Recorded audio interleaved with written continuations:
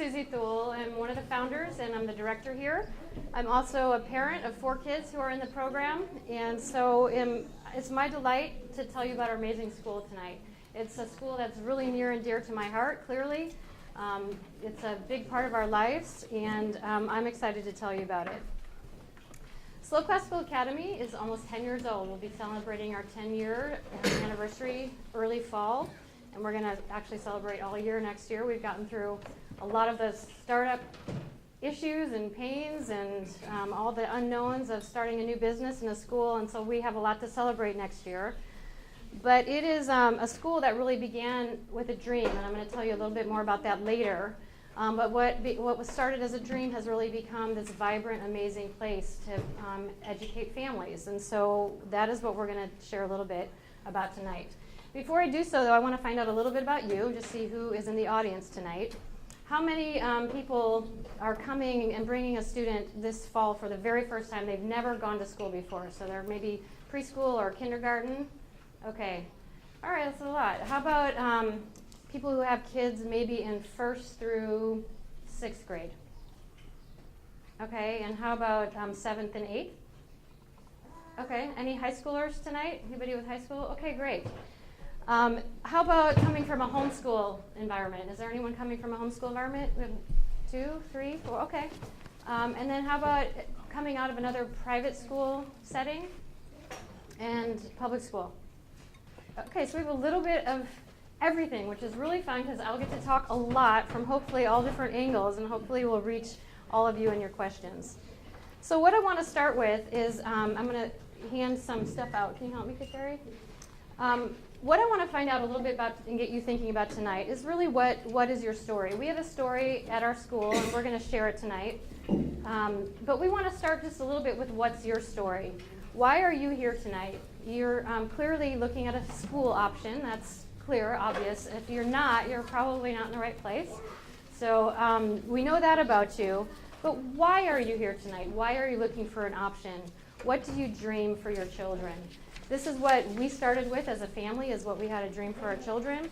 And so we find it really helpful when we sort of push you to think about the same thing. And so if you take a paper, and I actually really encourage, if you're here with your spouse tonight, I really encourage your spouse to fill it out as well. Because what you'll often find is it's not always the same answer. And then you guys get to go home and talk that through. But it's really helpful to find out what do both parents want for their kids. Do you need one of these? You have 2? Okay. Anyone need one? All right. So I'm going to actually just give you a few minutes of quiet, and this is your paper. You're not going to hand it in. We're actually going to let you take it home tonight. But we just want you to get you thinking a little bit. Why are you here? What do you really want for your kids? What do you dream for them? And I think it will make even more sense why I'm asking that as we move along the evening.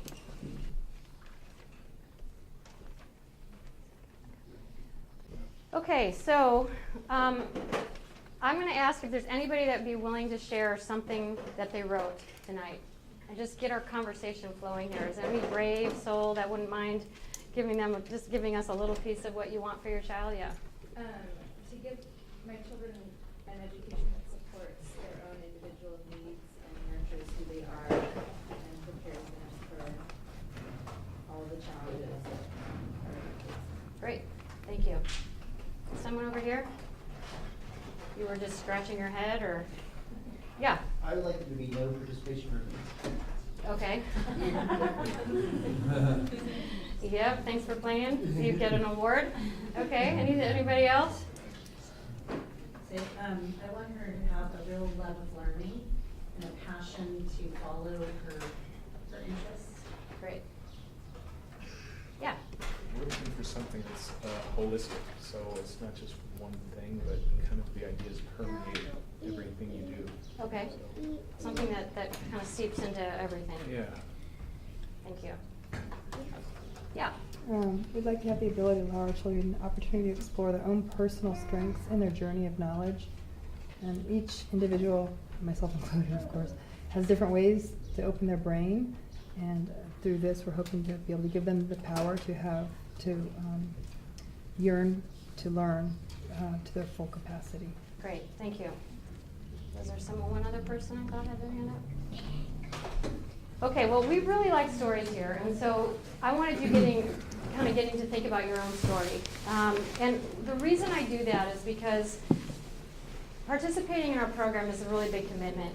It's going to take a lot of investment. It's going to take your financial resources, your time. It's going to take up sometimes your living room walls when you start hanging maps because everybody else is hanging maps in their living room. And it's a really big commitment. It's a lifestyle. And so thinking through what you really want for your child is the very first thing that you need to do when you consider whether or not you want to join our SLOCA family here. It's really important because if you don't want certain things, if you're coming here for one specific reason and it doesn't really align with what we do here, like let's say you want a safe environment for your child, that's a really good reason. It's a really good reason to look at options. It's not usually enough to really make this option work for your family. It can be one of the options. I want a safe environment where my child is, their love of learning is nurtured and their individuality is honored. But if it's just safety, it's kind of a lot of a commitment for just being a safe place. So I'm gonna share with you tonight what we're about, and then you get to take that paper home and kind of muddle over it and line it up with what you heard about our program. So I'm gonna start with our story. Just like you, we asked, what do we really want for our kids? Let me give you a little bit of background.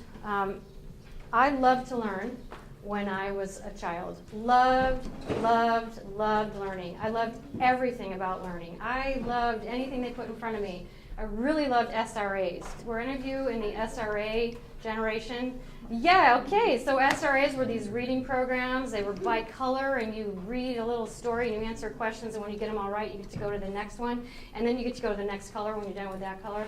I really, really liked that because I did it really fast and I was good at it. But I loved everything. I loved science. I loved anything that they put in front of me. And by the end of middle school, that love of learning that you mentioned was gone. I could have cared less about school. I didn't enjoy it. I went because I had to. I went to see my friends. I did the bare minimum on homework that I could do to get the grades that I knew I needed to get. And when I started thinking about what I wanted with my own kids, that is the first thing that came to my mind is I want them to continue their love of learning.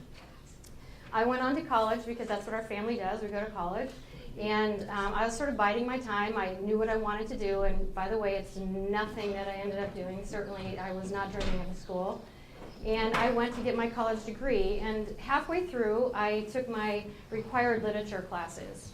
I had to. And so I ended up in literature classes with I don't know, what I sort of think as a quintessential lit professor. So if any of you are lit professors, I'm going to apologize ahead of time.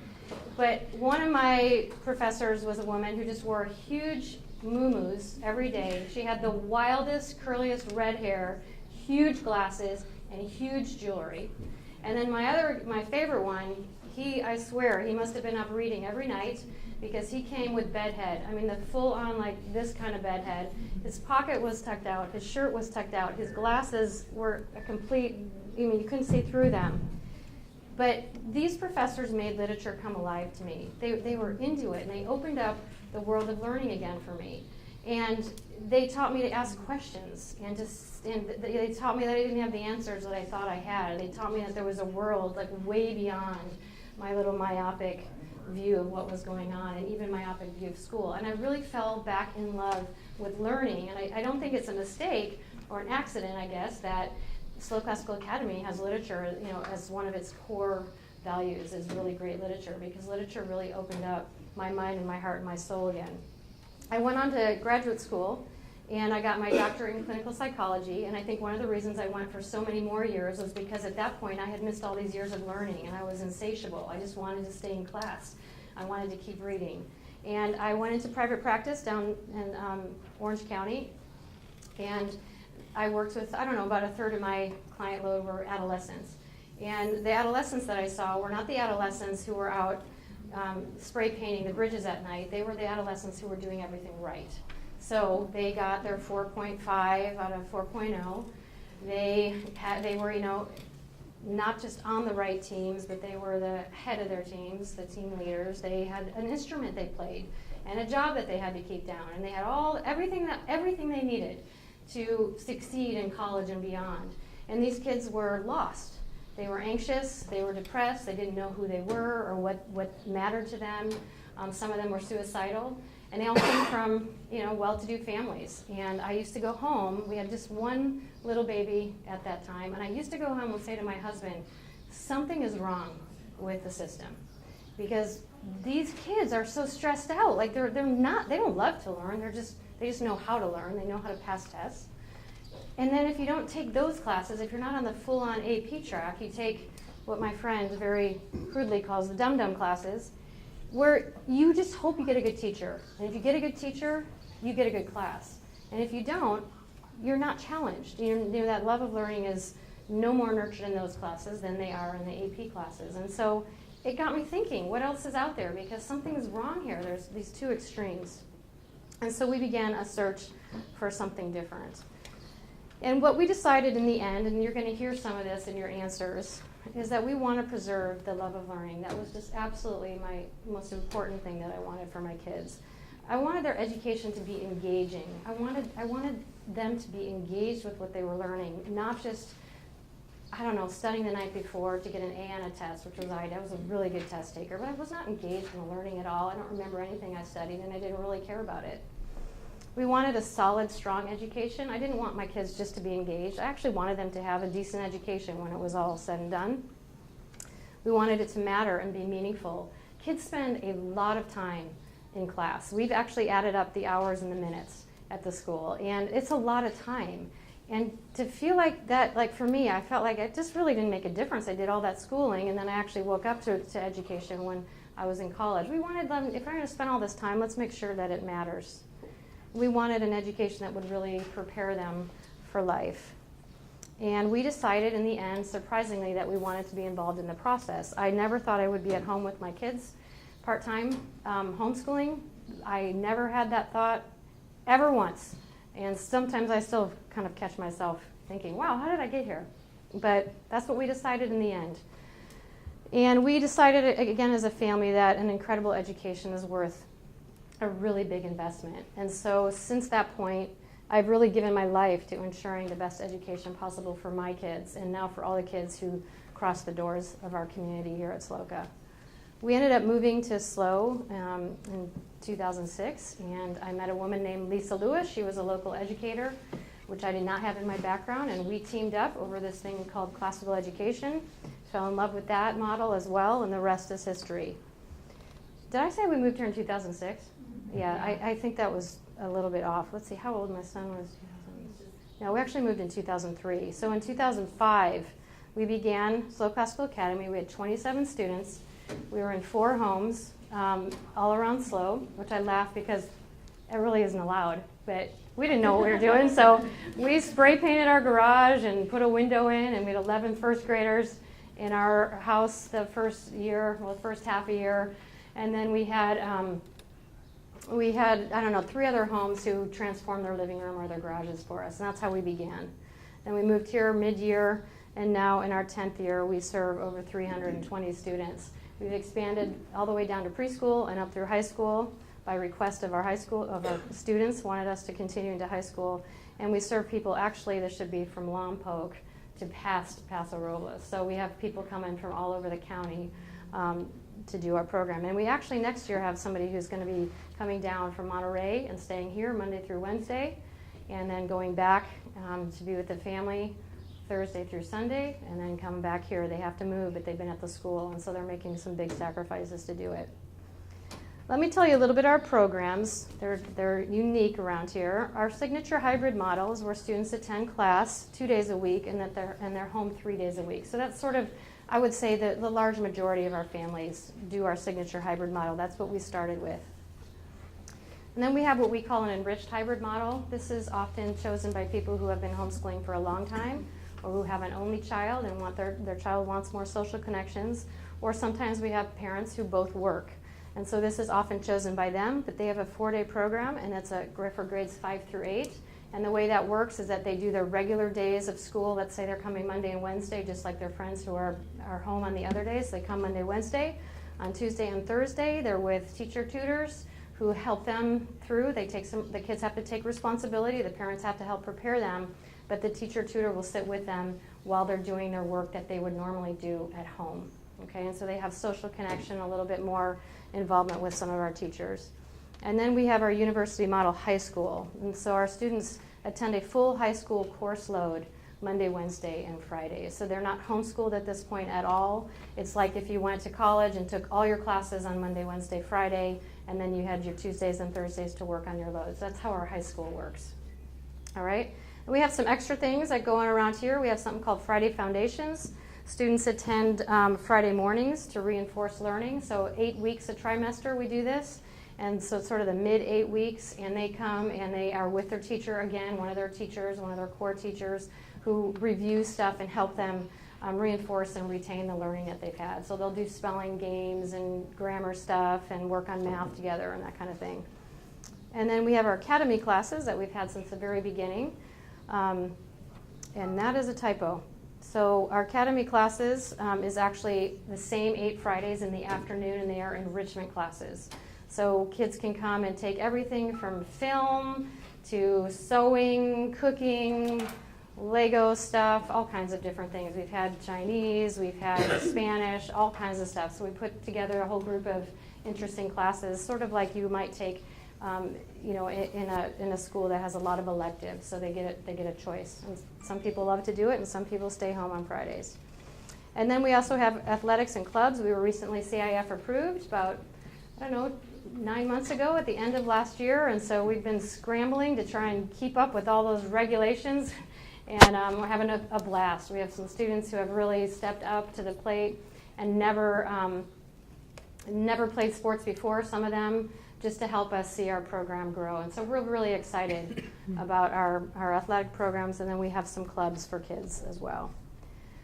Our levels are also really different. We have our early childhood levels, which are Little Wonders is our preschool program, and we have a preschool class and a junior K class in there. And then our kindergarten class is also one of our early childhood levels. We like to call this sort of the prep school for the rest of the classical education. Classical education doesn't normally kickstart in preschool, but we have found that especially the siblings of the kids that we have in our, in the rest of our program are just really eager to learn. And so that's why we started our preschool program, is because these siblings were just ready to go, and the parents were asking for support and help in that. And so they prepare and kind of get we wet their whistle with the learning that is to come. We have a really incredible preschool program. Then our grammar school is 1st through 4th. And then our middle school is actually 5th through 8th. We have a lower middle school, which is 5th and 6th, and an upper middle school, which is 7th and 8th. That is because of the developmental stages of classical education. I'll talk about them in a little bit, but it's very purposeful. We're not just trying to be weird. It just sort of lines up with how kids learn. And then we have our high school, which is just the normal 9th through 12th grades, I'm happy to announce. We are very normal in that way. But all those things that make us different, the levels, all that kind of stuff, that's not what really makes us such an incredible learning experience. That's just the structure with which all the other stuff happens. So I want to spend a little bit more time on what we think makes SLO Classical Academy such an incredible learning experience. In a nutshell, as an independent school, we don't have to teach to test. We get to focus on true learning. And when we do this, what we've coined is a term that we educate for life.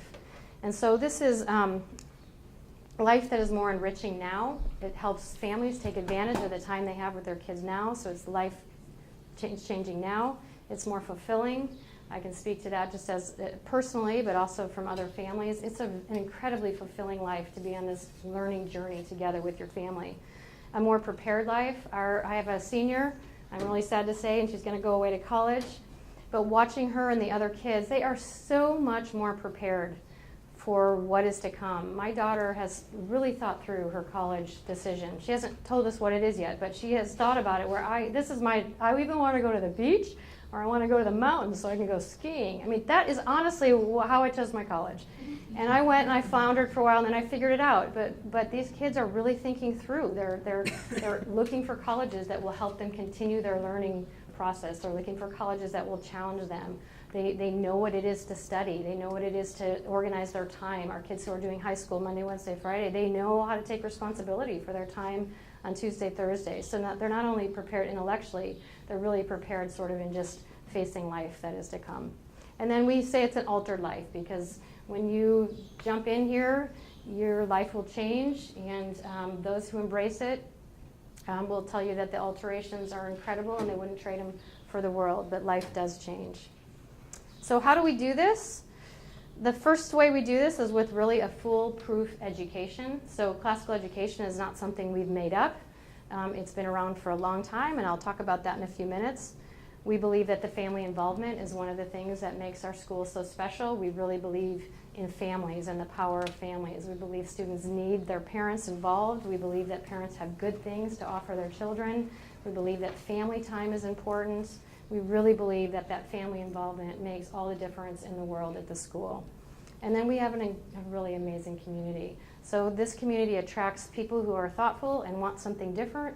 It's one of the reasons most of us live on the Central Coast, where the tagline is over-educated, underpaid, or whatever. You know, I mean, most of us could make more money somewhere else, but we want a certain kind of life for our families, and those are the people that we're drawing here as well. They're willing to lean in and do something for their kids, and they bring a lot to the table because of that. So we just have a really amazing set of parents, we have amazing kids, we have faculty and staff that are absolutely dedicated to students thriving, and we work together as a team to make sure that happens.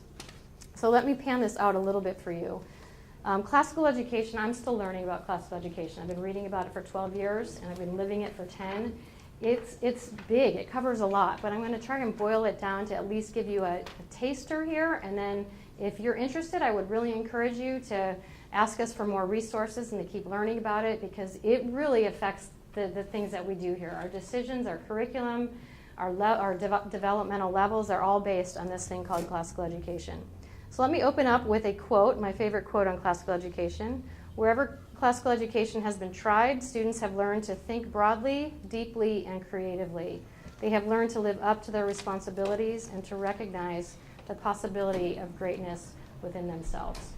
So one of the things I love about that is that, to me, it sort of combines the struggle of our culture with this old world way of looking at things. So when you look at broadly, deeply, I think of the olden times, you know, when that was the way everybody was educated. It was to broaden their minds and to help them think deeply.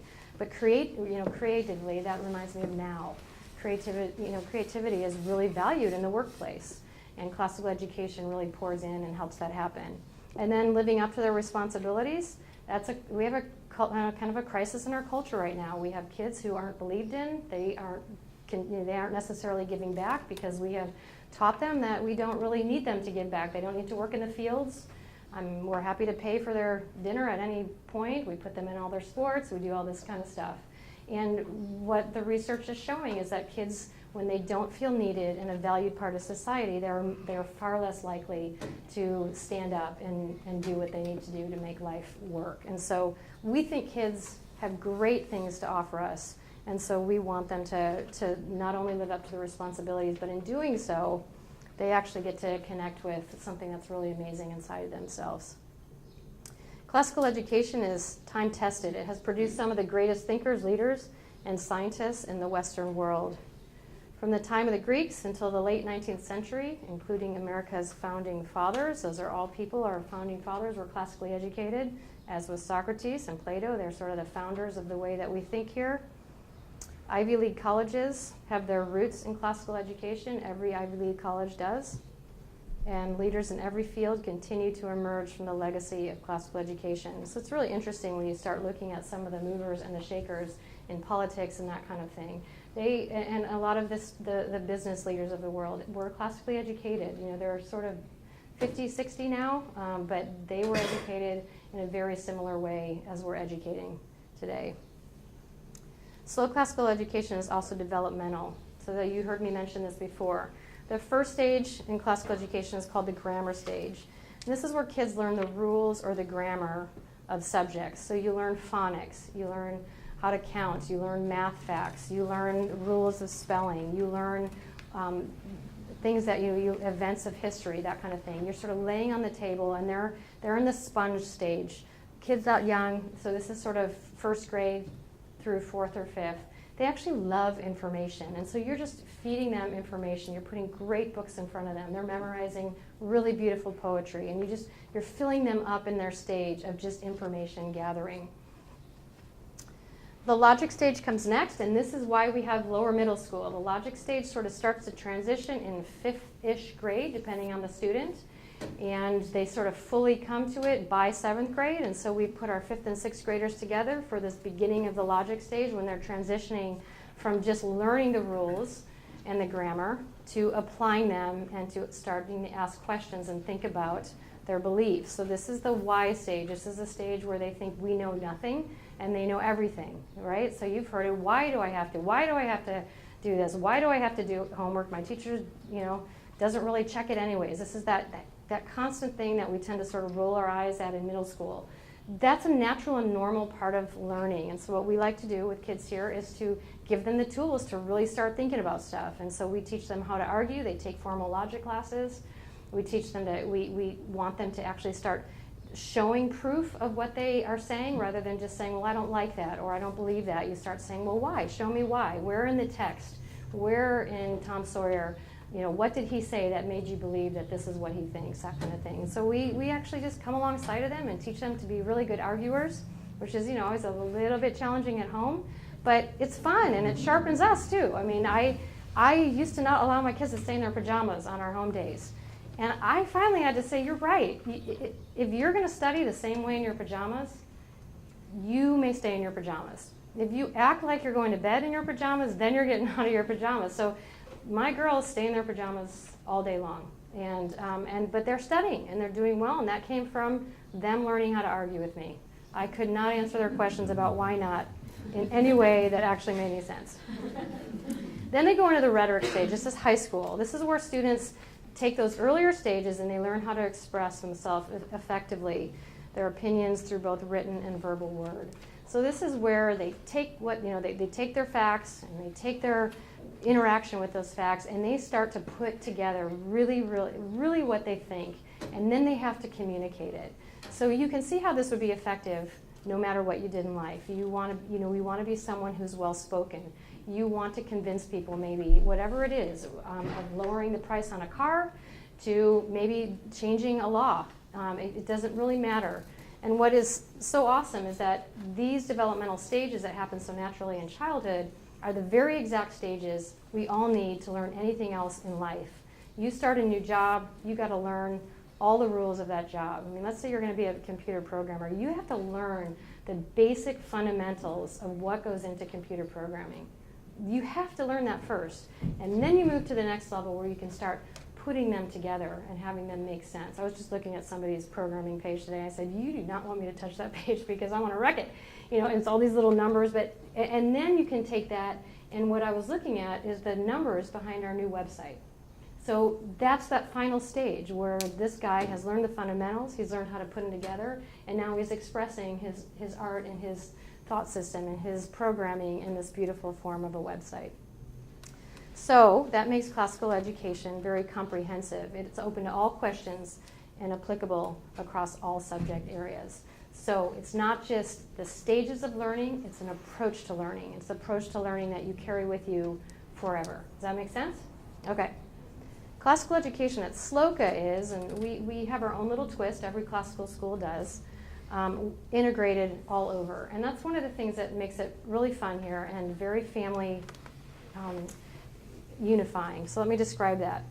Subjects, and I'm sorry, this is a lot of text, so I'll read it. Subjects are connected and consistent, making them meaningful and digestible, nurturing comprehension and the love of learning. So as much as possible, we are making connections for students across subjects. So instead of just going to math and then going to science and then going to writing and then going to literature and then going to history, they're doing their writing and their history and their literature all together with the same teacher and the same kids. And so they're integrating. What we read for literature here lines up with what we're reading in history. And so this year we read Robin Hood.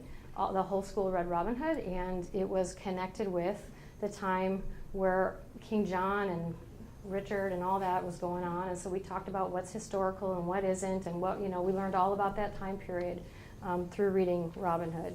But we do that in science, we do it even in math. Our high school kids read some of the some Euclid and that kind of thing. They're always talking about how the history of mathematics has led us to where we are and that kind of thing. Learning across levels is also connected. So we're on a 4-year history cycle here. We all study history at the same time, with the exception of high school, goes faster and further than we do. They go all the way through moderns. We don't do that at the younger grades. But I can sit down at the dinner table, and again, all my kids have read about King John that day. And so we can sit down and talk about King John as a family with my first grader, my fourth grader, my eighth grader. It doesn't really matter what level they are. We also have that in writing and literature analysis. We have specific approaches to those that we teach here. And so instead of trying to figure out every year what your teacher wants in terms of writing, how does your teacher like writing, you are building on a program that works all the way across the levels. And so by the time they're done with 8th grade, they have very solid writing skills and tools. And then they go into high school and are able then to put their own twist on it and their own belief and use those tools to express themselves well. Home and school are connected. We call the learning layered here. And so this is where you go to school and you're going to talk about Robin Hood on this day at school, and we have certain subject areas. You're going to connect it to history. And then the next day at home, you're going to read more Robin Hood that goes just beyond what you did in class, and you're going to talk about that at home and work on projects at home. Then you go back and you just continue to layer the learning on top of one another. So I know we have another school in the area that has more school does these subjects and you do these subjects at home, and that's not the way we do it. We feel like students learn better when they're learning back and forth every day on subjects. And then finally, academics are connected to character, family, and life, increasing engagement and learning. Everything that we do here is about character. It is so easy to take a character story out of a good piece of literature and talk about, okay, let's talk about Tom Sawyer's character. Was he a good guy or a bad guy? And you guys answer that question, but it is really fun. Everything that we do here, we do on character, not just in what we study, but on the playground. When there are issues on the playground, our kids are normal, they make mistakes. We try and connect it to character for them, try and come alongside of them, help them to figure it out, apologize, do whatever they need to do to fix it, and keep going. These are the subjects that we study. Great literature, history, Latin, writing, lit analysis, poetry, math, science, formal logic, public speaking, fine arts, grammar, government, music, art, and life skills. And so all those things, as much as possible, are woven together and create this tapestry of learning and knowledge base that the students get to carry with them. And then we are really into great stories. Great stories are really at the heart of what we do. We want whole books. Right now with Common Core, over the years, you will find that they will not be reading whole books anymore. They will be reading excerpts. I know that's happening locally already. In AP classes, they are not reading whole books. They're reading abridged versions, and we really believe in whole books, that it's very important for us to understand the entire story, the entire picture, and so we're going to hang on to that forever. We read good books that have influenced culture and history, and so we're reading books that have mattered over time and proven themselves, and we really believe that these books can change lives. Classical education is also preparatory. I mentioned that before. It creates thinkers who ask questions and seek answers. It creates people who love to learn. They know how to learn. They develop great character and virtue. They are wiser than their peers, able to take on whatever befalls them, and they are completely ready for college or whatever path they choose. So I think in just what I've presented already, I hope I've sort of stated my case in this way. Everything that we do from the very earliest age on is getting those kids ready. What we do in preschool is actually getting those kids ready. We're helping them fall in love with literature so that someday they'll go off and they'll actually continue to read great stuff and know how to read it, things like that.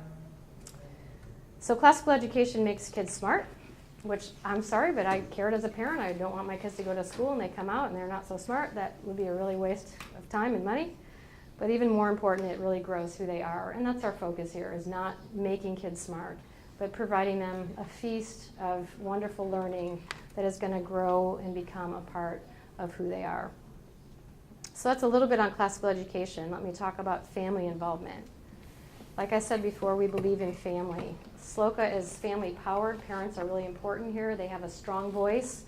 In fact, I would say at least half our staff are parents, and so that's how much we believe in them, is that we hire them to be on our staff.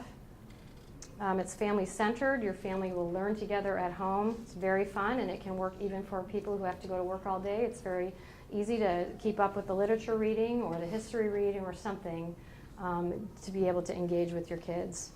It's family unifying by studying the same things. It's family friendly. You have more time together and you get to share experiences. One of the things I like about this program is I am accountable to be with my children on Tuesdays and Thursdays and to make sure that they learn what they need to learn. And without that accountability, I will fill up my day. So I don't know about you, but I'm prone to busyness and I have to-do lists beyond what is at all possible. And I think that's sort of our culture right now. And so SLOCA kind of slows you down and gets you to spend that time with your family. Now that my daughter is leaving for college, I think, why didn't I, how am I going to live without that time? I mean, I just love having them home. I cannot imagine doing it any other way. And it's also family freeing, especially at the younger grades. There's really limited homework in the evenings. For the younger grade, unless your family decides to go to the beach all day, you're not going to have homework in the evenings. You're going to do it during your days. When they start getting in upper middle school and high school, they're still going to have some evening homework. There's just no way to provide the kind of education that we're providing without it. But for many years, you can sit at home and decide how to spend your evenings rather than doing homework. So we've done a ton of family reading at night. We like to play games, do puzzles. My latest thing is I like being read to, and so no one will do that to me. So we are part of Audible, and we get to listen to really great stories at night. And I knit or make a puzzle or just sit there and stare off into space and try to rest a little bit. But it's different. It's different than people whose kids go all day, come home, they do sports, and then they eat dinner and quickly do their homework. There's just a lot more time. And then finally, our amazing community. We are what we define as a learning community that is supportive and intimate and involved. We provide everything you need to do this at home. A lot of people who come to us are on the fence or really afraid because they are not homeschoolers, and I'm right there with you. I could not do what I do without the help of the school and the teachers, but we decide the pace and the content, the curricula, and then we provide detailed instructions on how to do it at home. It will look different for every family because every family has a different personality and a different way of scheduling their day. But in terms of what you're covering at home, we provide every single week a plan for next week. And so it makes it very manageable. This provides the structure for great education, but flexibility as well. So we tell you these are the bones you got to have, and then the way the body looks in the end is up to you. We have staff and teachers that go above and beyond for each family. I am honestly continually amazed at the level of involvement of our teachers and our staff. So I actually have one person that's over there that I have to tell her, we are not open on the weekends. Like, don't answer on the weekends, because then all of a sudden the expectation is going to be that we all answer. We need to be with our families. We need to be with our families. But they just like to go above and beyond and make sure the needs of the parents and the students are met. We have parent trainings, parent seminars, parent-led classroom meetings. We have a down-home blog. If you've never been to our blog, if you go to our website and click our blog, it'll take you to it. We have a parent that does that at home. She does an incredible job of just providing resources and encouragement to our families. And then we have regular communication from the school, from the teachers, etc. It's very intimate. There are 14 students per class here, 16 in 7th grade and up, where they want a little more social interaction. That's a really small classroom, so a really small class size. So when you compare that to 34 students or even 28 students, it's an incredibly intimate environment for your student to be a part of. And what is so amazing that is every student really does become known, not just by their teachers, but by their fellow students. And they learn how to relate. And that's something you don't always have to do, because if you don't like Tommy, you got a big enough class, you can go over and be Billy's friend instead, or you can hide on the playground or whatever.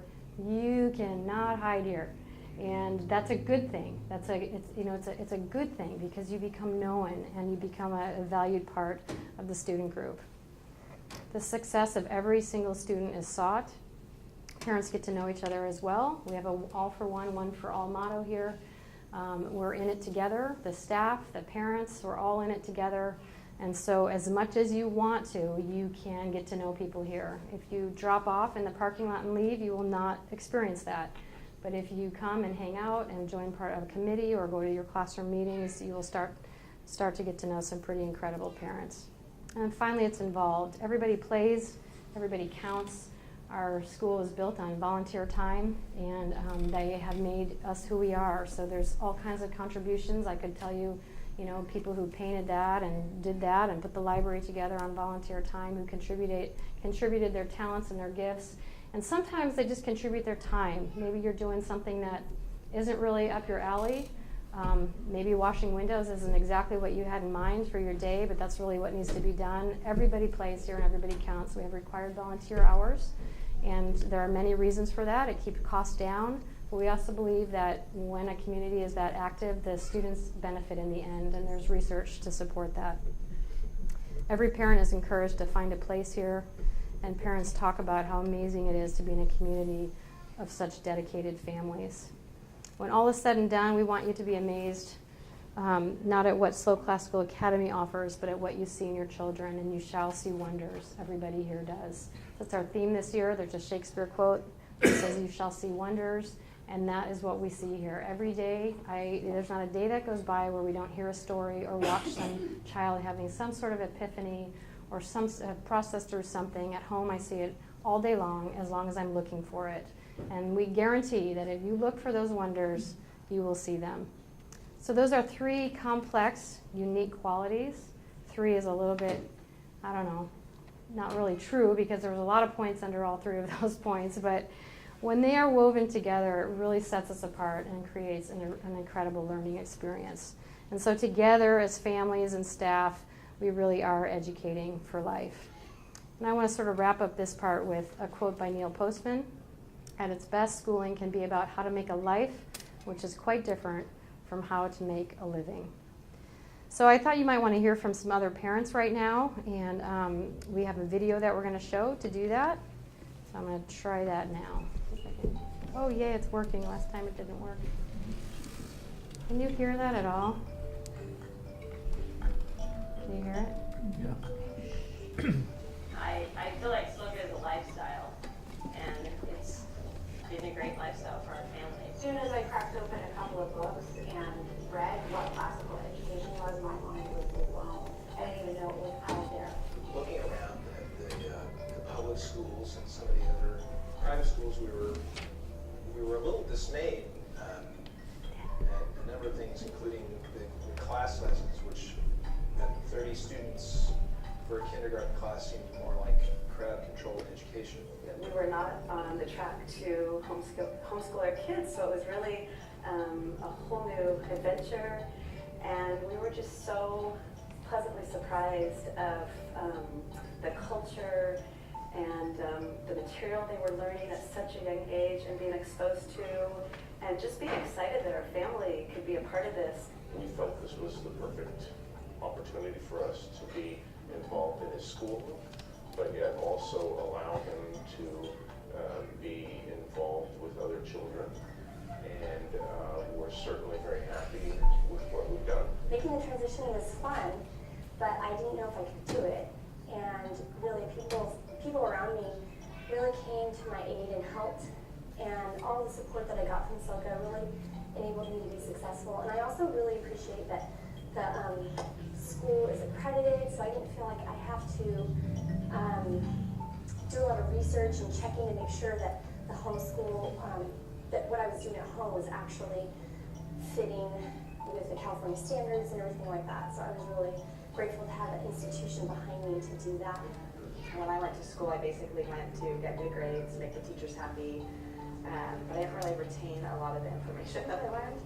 And I didn't want that to happen with my kids. I wanted them to just love learning and just, I don't know, I just didn't want that to die. And I visited SLOCA and I saw the classrooms and I saw that 14 kids in a class, and the classical education, the literature that they get to read, where they don't even realize that they're learning, but they just get to learn so much through all these wonderfully great stories.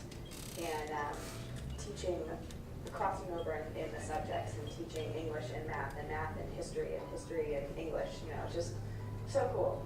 And it's been awesome. It's been a really supportive environment, and making that transition from just assuming we're going to send Ellie to normal school to like a on-day, off-day kind of situation, it really couldn't have gone much easier. That my parents have been really supportive, but the teachers too. Probably my favorite thing is how much contact we have with our teachers. emails from them, I get pictures from them, and as far as putting me at ease about making the transition, it's made a world of difference. I love the idea. The thing that really taught me about classical education is it's creating a lifetime learner. The main thing that we see in the kids here is that they are thinkers. SLOCA is educating thinking people. The education at SLOCA is far and away better than I've seen in what my kids' friends are doing in other schools. It's very engaging for the whole family, which is something that we really liked coming from a homeschooling environment. And the teachers are very supportive, the students are very supportive of each other, and it's just a great environment. It allows us flexibility as a family and to be intentional with what our family wants to learn. See, I would say I continue at SLOCA because it's just an enriching environment, and everything that my kids do in school translates into home, and it's like they're learning all the time. It's not just that they're learning, for 5 hours a day and then they come home and do whatever. And we recommend that all parents who want a say in what their children do in school would benefit from attending SLOCA. We thought we would be here probably only through 3rd grade until they nailed down that whole love learning thing and then move on. And I think we're probably going to be here in the long haul.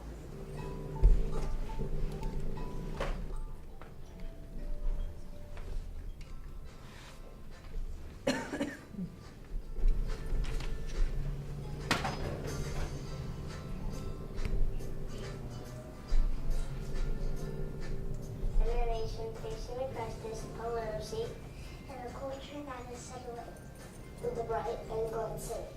A country in which schools is still going to have even manageable class sizes. Never mind the opportunity to engage students at the campus levels. SLOCA is a gem that is greatly to be treasured. I have been with high schoolers who wrestle with the complexities of epic heroes who fail. I have watched 4th graders evaluate The actions of St. George and the Fairy Queen. I've watched 3rd graders roll performances Done with skill and confidence. SLOCA provides more than just an education of facts. More than any core curriculum could hope to provide. It provides for the growth and the intellect of the soul. A growth that leads not to hollow accomplishment, But to wisdom. It is from kids like this that we must look for our future leaders in all areas of our culture. It is to schools like this, if there are any others. Then we must look for the model of an education that complicates the world. and looks for equally complex and deep answers that will be effective by understanding and shared.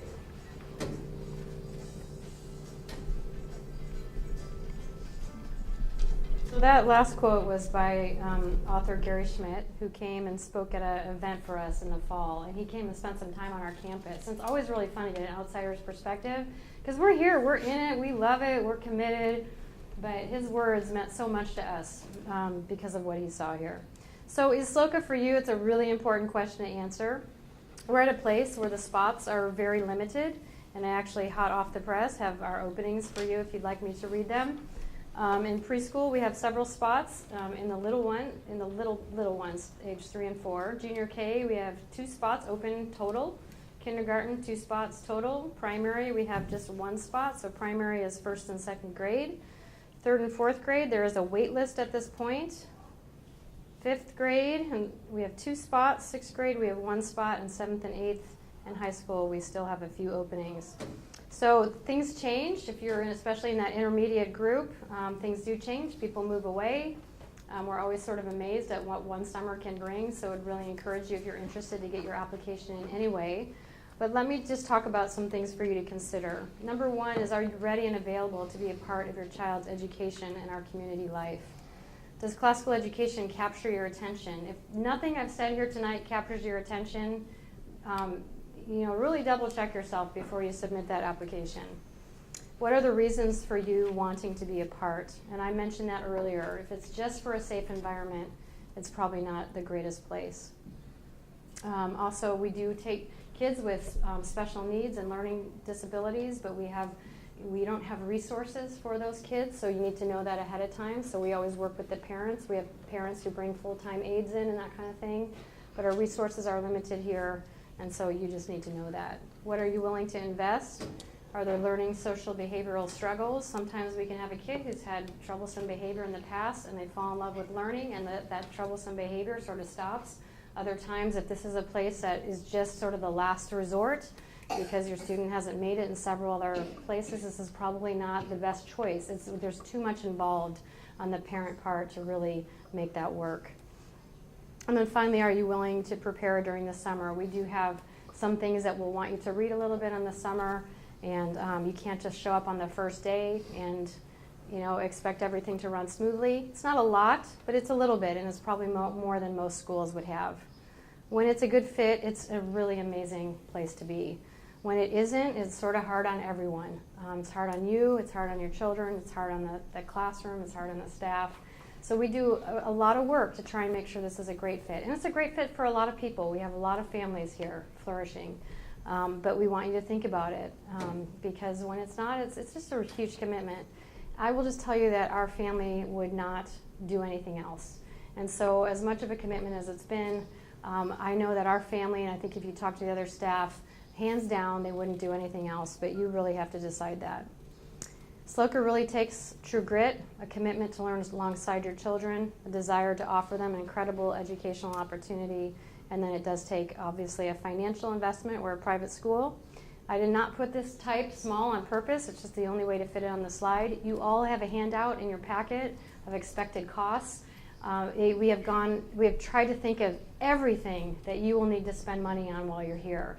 And so when you're looking at it and considering it and you think, well, this place isn't as much or this place is free, there are hidden costs in everything. And there are always costs that sort of pop up.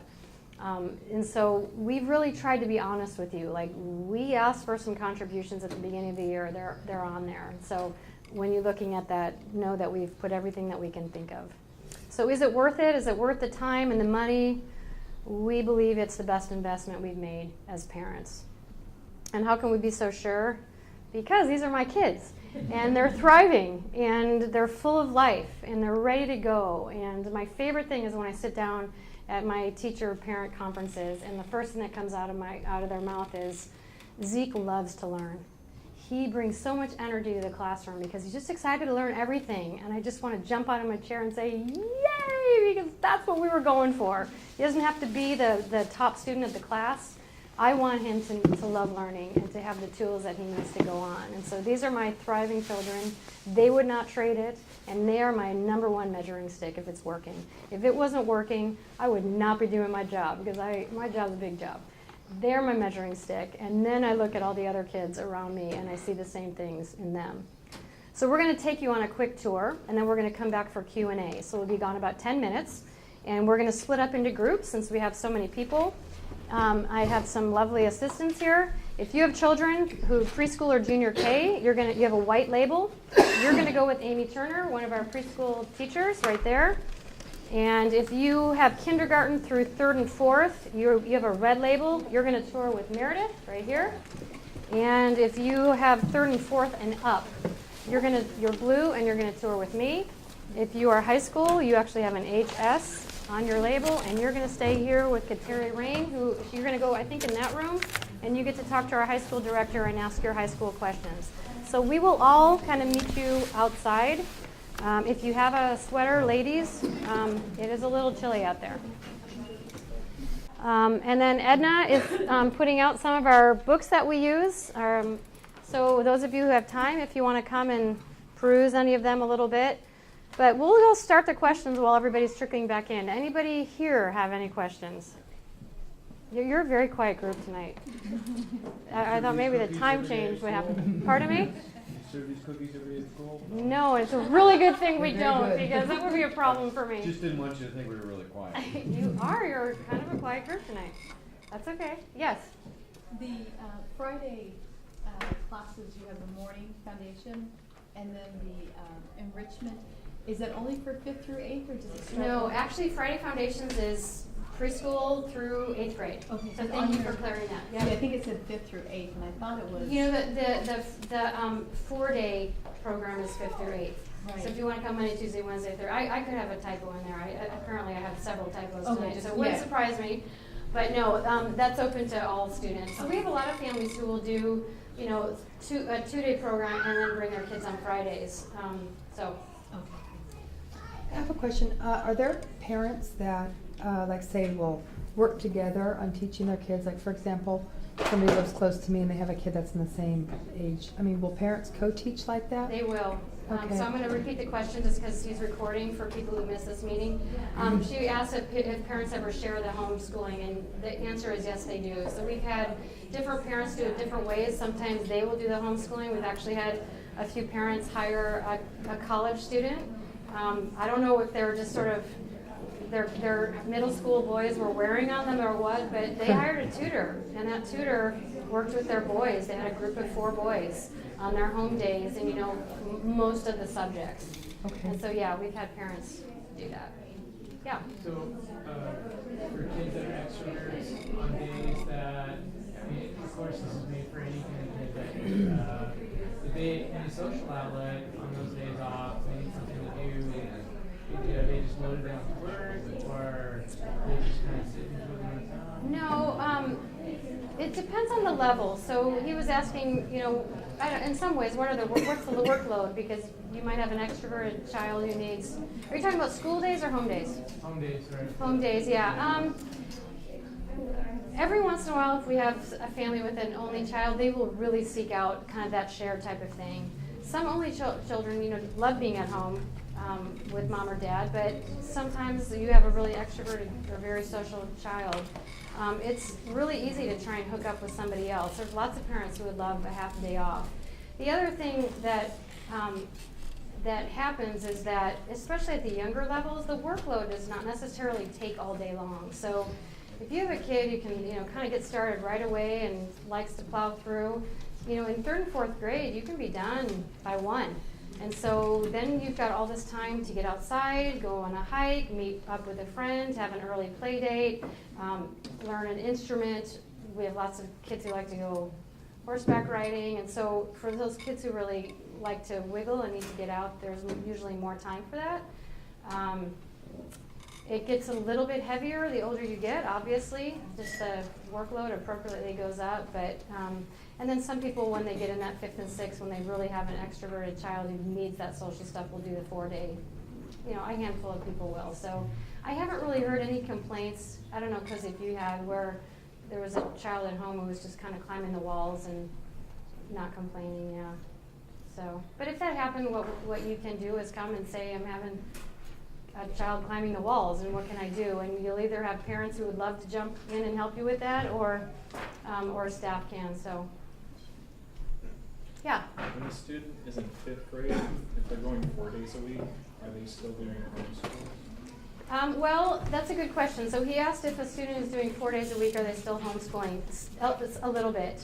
What happens on those off days when they normally be at home is they have all their whole morning is spent with their teacher tutor, and it really depends on your student. So the better you can prepare your student for that day, as a parent, help them take responsibility, send them with a list, make sure they have their books, tell them of your expectations. By the time you come home, I really want, you know, this stuff done. Our tutors are there to help, but they cannot take responsibility, you know, full responsibility for all those children. But in the afternoon, after lunch, they get to go to enrichment classes. And so just like our Friday classes, they get to go to classes. We have a physical education class right now where they're doing all kinds of fun, what does she call it? I don't know. They've had hiking classes, they've had film classes, all kinds of stuff. And so at home, they wouldn't necessarily be doing that. They'd probably still continue to work. So usually parents find that there is a little bit of work left when they come home. So sometimes people will do it ahead of time over the weekend so that they don't have their evenings taken. Other people just don't mind. They're okay doing a little bit in the evenings. Do you have anything to add? No, it really depends on the student. It really depends on how, you know, we have students that some days they get all their work done and they go home and they're great. Other days that same student may go, Which, by the way, happens at home too. Yes. But in 5th grade, I'd say that quite frequently the kids are getting their schoolwork done. The older they get, they may come home and have more, you know, an hour or two left to do. 7th, 8th grade, it kind of depends. So 5th grade is Monday through Thursday at school, and then the 5th day is an option to come here again, or homeschool? Right. In 5th and 6th grade, you can either do the 2 days, so Monday, Wednesday, or Tuesday, Thursday, or you can do that 4-day. And then Fridays are completely optional. Some people do all 5. A lot of people will just do the 4. Some people do the 2 and come on Fridays. So we've tried to open up some flexibility for schedules and interest levels. Yeah. Yeah, I just have a question. I know that computers aren't really integrated as a core, but is typing and shorthand taught here? We do not teach shorthand, and we do not teach typing. I have not ever heard of anyone teaching shorthand. That's a good idea. We encourage our families to get their kids doing keyboarding at home. Okay. When we only have them for that much time, we're going to fill our time with stuff that is much harder to do at home. So they're going to be doing the projects together, they're going to be presenting, they're going to be doing group stuff together, they're going to be doing Socratic circles where they're all, you know, sitting in a circle doing discussion type of stuff. My kids all know how to type. People do it different ways. I've done the old typing, like type it. You know, I don't know, it was like a tent-shaped book that you had. That's what I had in high school. I've done it that way with some of my kids. Some of them I've done more computer-generated stuff. And so they all learn it. And we sort of encourage you when to do that, but we don't force you to do it, and we don't do it here. Okay. Computers, I will say, we are working really hard to offer some additional enrichment in sort of the engineering world. Our science program is really solid, and our math program is really solid. We do not teach how to use a computer here because, frankly, the kids don't need us to. They learn computers no problem. It's us that has a hard time with them. I mean, I literally really go to my kids for help on the computer, my phone, everything. And so we, again, just find that it's not a good use of our time because they can learn it. It's so user-friendly now that they can learn it really quickly. On that note, we do believe that technology offers some great tools. So we will have, every classroom has some computers, and they will pull out, you know, if they're going to go to the inside of a heart type of thing, they'll pull out and show video that really takes them to the inside of the heart. We have an iPad cart that the teachers check out, and it's sort of 2 kids per iPad, and our requirement is that it's really used to enhance their learning. It's not used as a filler, it's not used just because iPads are fun, it's used for some reason that's going to enhance their learning. And then our kids will do keynote presentations, all that kind of stuff. But we have one teacher who likes to do one lesson on keynote. Sort of, she loves technology and she has fun doing it. But again, my kids never had that, and they're doing keynote no problem. And so it's really countercultural in that way, though. I think people get a little nervous that we're not integrating technology a little bit more. And we love technology. It's just not our focus here. It's just it's a tool, and our kids tend to learn it on their own. Yeah. So middle school, where they require like papers to be done on the computer, typed and presented, is that part of the process here? Or yeah, we do. We eventually ask them to hand in stuff typed. We also believe in really great handwriting, and so it's still appropriate. They can still say, "I'd like to hand this in," you know, written out, and we sort of say, "All the power to you." And that's going to be a lost art at some point. They're going to get big money for being able to write that way. But yeah, I mean, in 7th and 8th grade, most of them are typing their papers, and college, and in high school, we're not starting at college. In high school, that was not a slip. In high school, they're all typing and handing everything in. It's just sort of an unwritten, everybody does it, so, yeah. What about kids going at their own speed? Like if one kid's ready for algebra, or pre-algebra, or calculus, or whatever? Yeah, we do that a couple ways. We assess every student when they come in, and we place them in math where they belong in math. And so there's really no stigma attached. We have kids who are ahead. We have kids who are a year behind, what it might be called behind. We believe that every kid just hatches at a different speed, and so we place them in the math class that they belong in. And that seems to work. There really is like no stigma attached here. Everyone just knows people are all over the place in math. We also, if a student is really validly mid-year, we really see that they really are a math genius. A lot of us believe our kids are math geniuses. The real geniuses will shine by the middle of the year. We will meet with the teachers and the parents and try and figure out if something needs to be done. And then we also have parents who, supplement at home, or they'll teach more at home, or we actually a few parents who opt out of math because of the way their child learns math, or because they really want to push their kid faster in math. That's just not something, we're not like a push your kid faster school. We're actually a slow down and make sure they really get it school, because then later they're going to go farther. But parents have the option of doing that if they really want to. Yeah. Anybody else? Well, I want to say thanks for spending your evening with us. I want to release you to go home and relieve your babysitters or your mother-in-law or whatnot. We will be around for a little bit longer. We'll close up shop around 9-ish. So if you have questions that you didn't want to ask in front of anybody, or you think of one right before you leave, there's lots of us. They all have lanyards on, I think, except for me. So feel free to ask us, and Amy has applications and stuff. And so thank you for being here. Thank you.